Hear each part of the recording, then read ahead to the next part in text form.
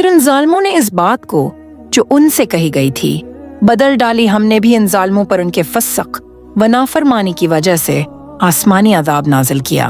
اور جب موسیٰ علیہ السلام نے اپنی قوم کے لیے پانی مانگا تو ہم نے کہا اپنی لاٹھی پتھر پر مارو جس سے 12 چشمے پھوٹ نکلے، اور ہر گروہ نے اپنا چشمہ پہچان لیا۔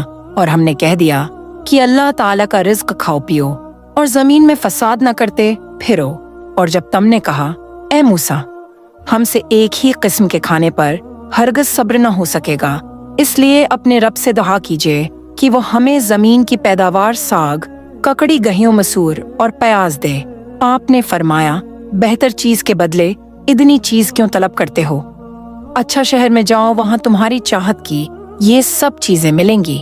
ان پر ذلت اور مسکینی ڈال دی گئی، اور اللہ کا غضب لے کر وہ لوٹے یہ اس لیے کہ وہ اللہ تعالی کی آیتوں کے ساتھ کفر کرتے تھے اور نبیوں کو ناحق قتل کرتے تھے۔ یہ ان کی نافرمانیوں اور زیادتیوں کا نتیجہ ہے۔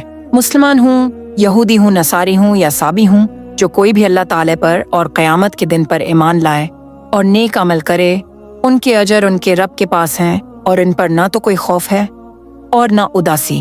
اور جب ہم نے تم سے وعدہ لیا اور تم پر طور پہاڑ لا کھڑا کر دیا اور کہا جو ہم نے تمہیں دیا اسے مضبوطی سے تھام لو، اور جو کچھ اس میں ہے اسے یاد کرو تاکہ تم بچ سکو، لیکن تم اس کے بعد بھی پھر گئے۔